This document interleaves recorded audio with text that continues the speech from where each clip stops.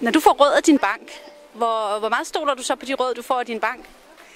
Jeg stoler ret meget på dem, fordi det er sådan en lille lokal bank, jeg har kendt i rigtig mange år.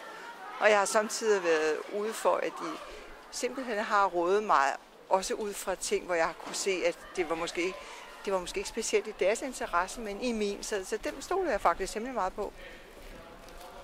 På en skala fra 1 til 10, hvor 10 er det mest troværdige, hvor troværdige synes du bankerne er i Danmark? Som bankerne som helhed.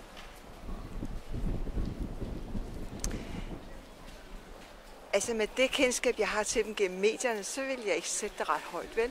Så vil jeg sige 3. Og hvad begrunder du et 3-tal med?